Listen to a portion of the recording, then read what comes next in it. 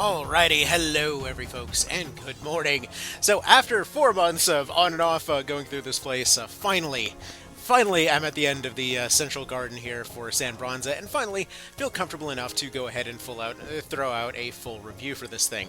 And I gotta say, this moment right here is basically the epitome of just that wonderful feeling that One Vision has, that feeling when everything has been absolutely whittled down to the damn bone, when there's just nothing left of the team. You generally don't even know how many people survived back in the party roster, and at this point it's just kind of whatever tired remnants are there just slugging it out until eventually something stands alive at the end.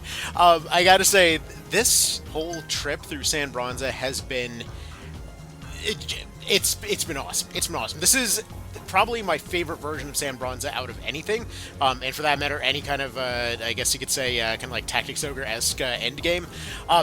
So, for a little bit of context, first of all, so San Bronza in One Vision is essentially kind of taking place roughly in the usual spot. However, progression-wise, this is the finest it's ever been.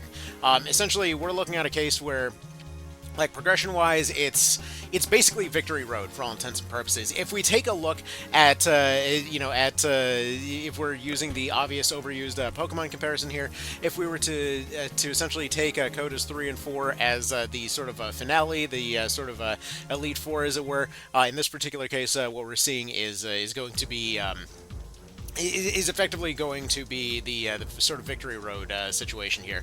A situation where basically everything is being stretched to its absolute limits, and frankly, most of the fights here will probably completely devastate your party every step of the way. And I know the thought that comes up is like, well, I'm not, I would like to still have fun. I don't want it to just be a complete pain train the whole time. And no, it isn't. That's the thing. So design-wise, actually, before we even get into that, I just want to say, look, if I stutter at all today, if there's any kind of a situation where I happen to be talking a little bit less clearly than usual or whatever else, I'm tired, okay? I just really wanted to gush about how freaking good San Bronza is, so bear with me. Anyway, so essentially what we see is that San Bronza is ostensibly the same on paper as it always was. It has a lot of the same tools that it always did, but what we see is that there's going to be a lot of sort of reinvention of the stuff that was already there. And I'm going to start with footwear, of all things. I want to start with footwear in particular, because when it comes to Reborn, that was one of the things that it did to really improve this place. See, in the PSP version, one of the problems it had was that it was too difficult to get around. And unfortunately, there was the sort of never-ending meta of archers in that one, where effectively you had these maps that were very well designed, they were absolutely huge, but at the same time, you also had this situation where you couldn't really get around very effectively. You constantly had problems actually traversing the place due to the weird terrain and whatever else, and unless somebody could fly, they really were not going very far. And, most of the time your people were not necessarily flying. You had cards that could let you fly, sure, but you basically didn't have that around all the time. Anyway, so the point was, it was difficult to traverse, and as always, it always just came back to archers. It was always just the frickin' archers in that one, because, dexterity formulas were busted in PSP, so you might as well just stick on the artillery and watch everything get sniped. So, at any rate, once we got around to the Reborn version, one of the ways that they addressed this was that they allowed pretty much everybody to fly. Like, at that point, you had wing boots so you could just slap on everybody. And yeah, sure, technically you could do that on PSP, but you didn't. It was so tedious. So when it came to Reborn, you could just slap those flight boots on basically everybody, and there you go. Everybody's off to the races. You got your wing rings, you got your wing shoes. Everybody's flying around absolutely everywhere, right? So anyways, as this goes on, though, one of the downsides of the whole thing is that you had all this cool map design that neither of those official versions really did a good job taking advantage of. You basically ignored a lot of the terrain in Reborn, and you basically were stuck entirely to it back in PSP. And what we see here is a beautiful middle ground. Oh my god, everybody's dead. Okay, well, a few more casualties than I actually remember there being, but alright. Anywho, yeah, the party got a little bit schwacked going through here.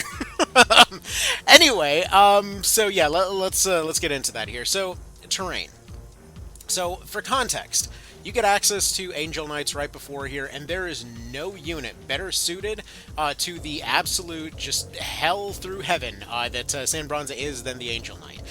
Being the only one that's able to multi-revive at one time, being the only one that's able to essentially sacrifice themselves without taking themselves off the field to go bring units back, having the ability to fly, still having the ability to be a heavy unit, because when it comes to San Bronza, the reason that the footing is important is because everything is under constant pressure up here. It's a case where there's going to be archers firing from all sides. There's going to be casters casting from all sides, tanks that are very difficult to get to because of awkward positioning and whatever else. And so this means that oftentimes it's going to be a bit of a slog on each one of these maps by design. It feels like what they were originally intended to be like, and that feels awesome, quite frankly. Which actually, by the way, before I forget, I need to save this thing because like that took. Ooh, Central Garden took a few tries. I'll readily admit. It was more than a few tries there. But yeah. So as far as the footing goes, what we essentially see in One Vision is a case where every mechanic comes home to roost in a very successful manner. I have been rotating out every single member of this party. Every single person that's here has gotten a chance to go participate at some point on the way up this gauntlet here. Every single one of them has had a part to play, and that's really cool from a design perspective. Every mechanic mattered, whether it's the classic, debuff sponging golem like we saw in that previous one there, whether it's an evasion tank like the Vartan there, whether it's going for something more like a poking tank, like I have the Geomancer doing right now. Whether it's a flying stun knight, or whether it's somebody like Yunin being a bit of a pacifist, or Yuria being more of a support, or the Sacred Fist just being freaking awesome at all times forever. Essentially, every class has, no matter how randomly I rotated them around, has had a really fun part to play up here. So I gotta say, from that perspective, there isn't even a particular thing that comes to mind. Every one of them performed admirably, so that's something. Like, hell, even this guy, who I expected to drop off a while ago, this is the Swordmaster I was talking about last time, essentially a guy that's looking to go for, like, sleep ambushes and then going back into his steel stance, and he's survived really well. He actually was one of the better performers up here. But yeah, the sheer amount of chaos, the sheer amount of different kind of options up here has meant that, yeah, a lot of these characters were performing far out of what I would have expected from their wheelhouse. And additionally, you might have seen some of the best of the group are currently dead at this point, simply because of the grueling journey that it took up here. Aracel just simply didn't have the defense to really hold up. I mean, I should say, her class isn't meant to. It's like a straight-up class cannon. Miles actually ended up dying at the very end there, holding off a flank by himself, and then getting exercised with the Erasean that we just got. We had the Lich over here, who ended up getting blasted off a cliff in order to get Olivia her bow at some point. We had Fritzvied, one of my favorite units here, who ended up getting killed very early on, just kind of on our first way up the stairs, being a case where we just couldn't get her to save her from her bleed out in time. We had Arabella here, who was actually doing a really good job parrying away stuff on a staircase before a golem ends up flanking around the side and knocking her off a cliff with a stone. We had Numlu, who also similarly ended up dying in the very final map there. Essentially, again, just kind of doing his best to hold on, but so many of these maps, boiling the party down to only a few people where everybody's sacrificing each other in order to bring somebody else back, trying to stretch for that little bit of extra time, it feels amazing. It feels absolutely amazing at this point. Like, as far as challenge goes for these zones, it's beautifully designed. So part of that is one detail that I touched upon earlier, which is the fact that we have mini-bosses absolutely everywhere. So essentially every unique drop type of thing, for the most part, if it's a piece of equipment, you will see it on an enemy unit, and those enemy units will be a bit stronger than the rest to make them stick out. And so this means that you're very regularly fighting stuff that you did not really expect to be fighting. You know, it just sort of feels like fighting against a player character at that point, you know? where it just feels like, hey, I haven't seen this particular thing before. This seems like something that a person would be using, and then yeah, sure enough, you just end up seeing all this stuff used by these characters on the way up here. Additionally, I did try the Heaven General fights on the way up as well, and I gotta say, probably the best balance that they've ever been, being very similar to the rest of San Bronza, in terms of being a very kind of like tit-for-tat, looking for those openings kind of fight rather than a nuke fest. Now, don't get me wrong, Reborn's approach of making them a nuke fest is fine, it works.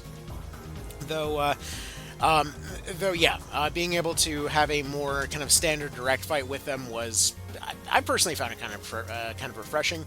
I did feel like after that long of a fight, this particular sword was kind of not really much of an upgrade, but whatever. It really isn't meant to be. Like, most of these swords are meant to be roughly on the same level. It's just like once you get to a certain tier, everything's supposed to be roughly equal, so that every element has a chance to shine. But anyway, yeah, sorry for the random interruptions there. Throat's deciding to be funny. But okay, let's go ahead and talk about prizes and things on our way up here, because as we went up, we ended up getting very similar to Reborn prizes pretty darn regularly all the way up here, and yeah, the results of all of that stuff is that we're looking at roughly 1 to 3 unique drops per each map, and again, every one of those, if you're using the sort of recommended list of settings, is going to be guaranteed to go into your inventory. So yeah, that's a very cozy, safe feeling experience.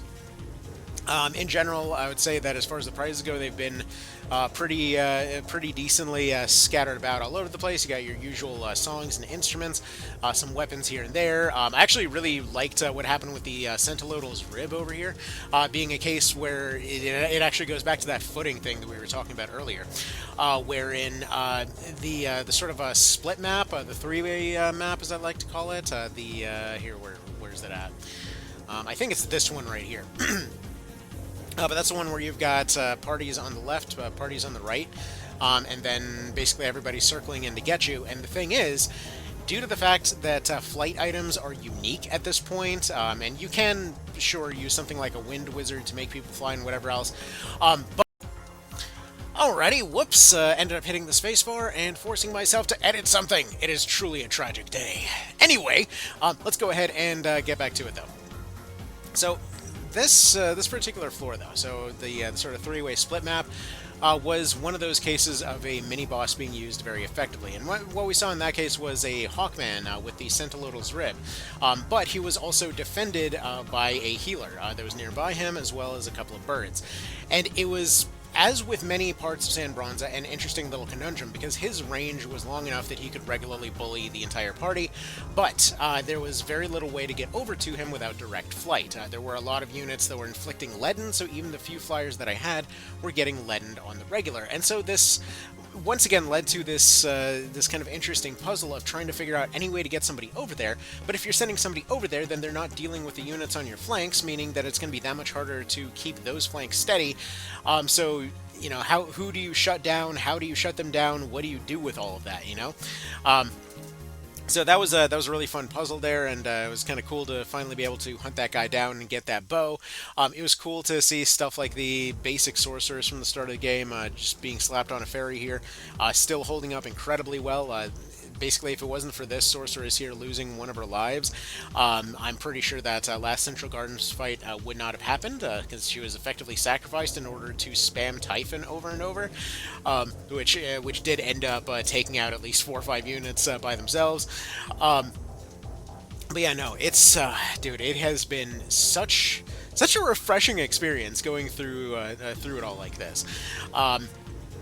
So yeah, like, as far as the map design goes, absolutely top tier, best version of San Bronza I've ever seen, and it's not even close, because it takes advantage of the cool verticality of the maps, it takes advantage of the cool layouts of the maps, but it also doesn't feel sloggy like it did back in PSP.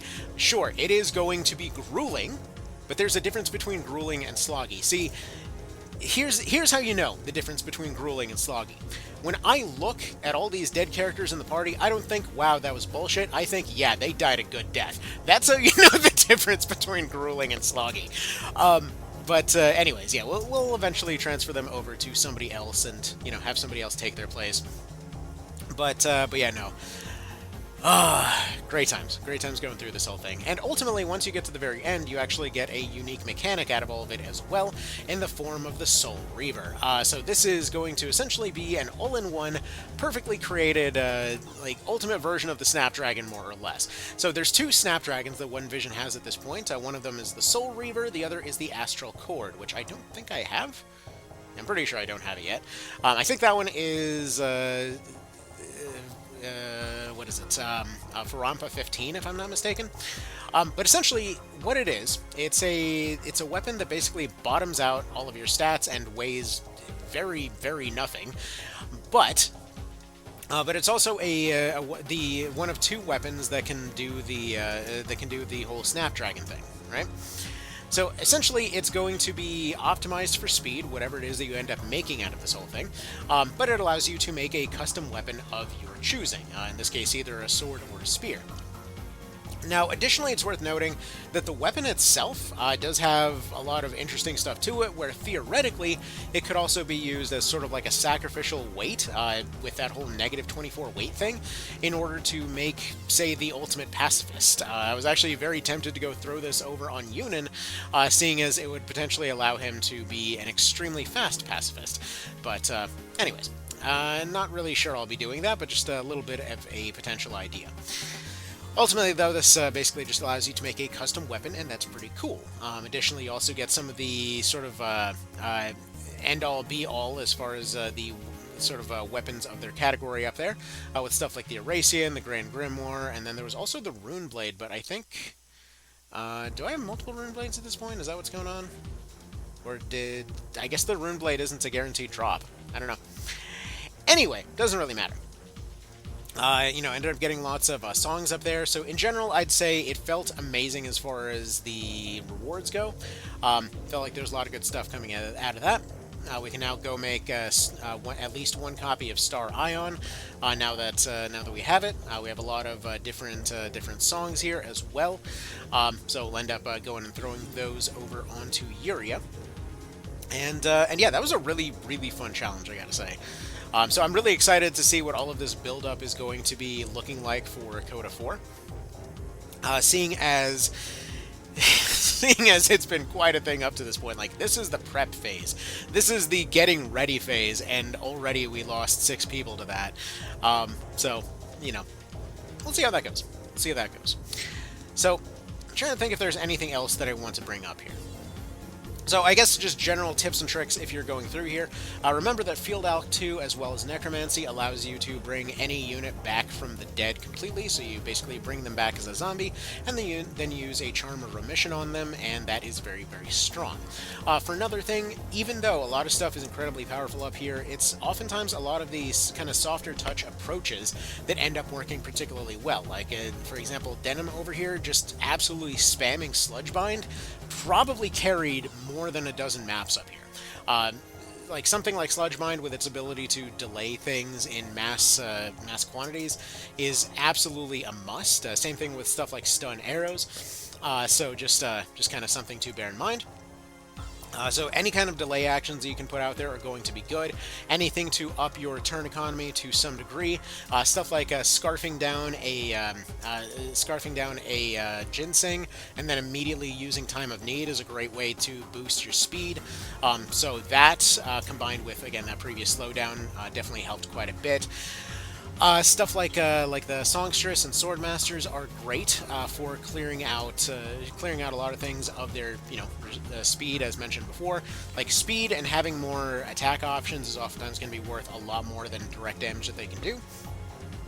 Remember to shut down the heavies. It seems like a lot of the maps up here are designed in such a way that the second wave will be coming in right when you're feeling comfortable.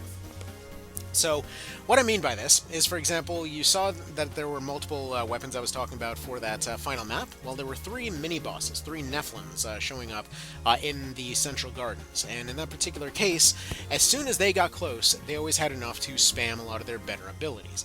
And so this oftentimes meant that the best way to handle them was to go and shut them down to some degree while you dealt with everything else, because they were incredibly bulky otherwise.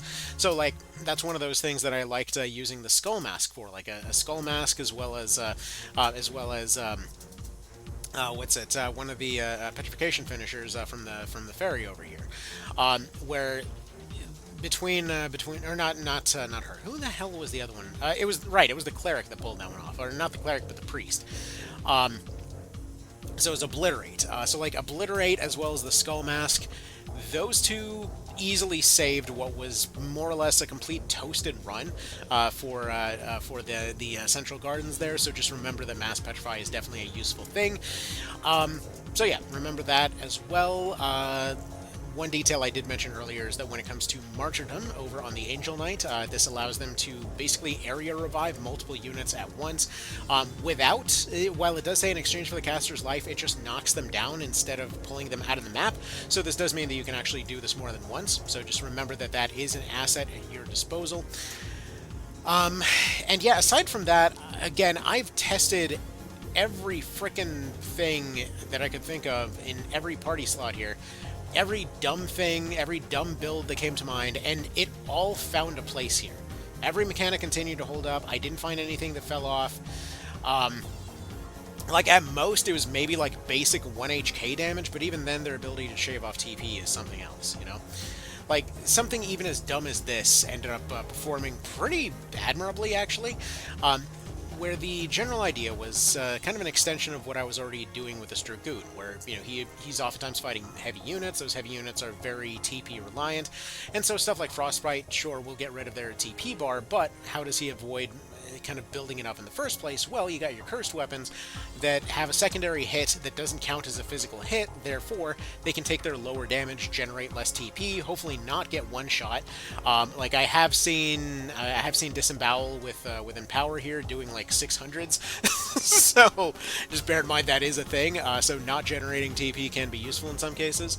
But yeah, like this build of just dual cursed weapons did actually end up kind of performing for him due to that particular reason. So just, yeah, you just get crazy with it. I ended up replacing this guy's Power Fist with the Escutcheon because basically I was just using it for the stun effect.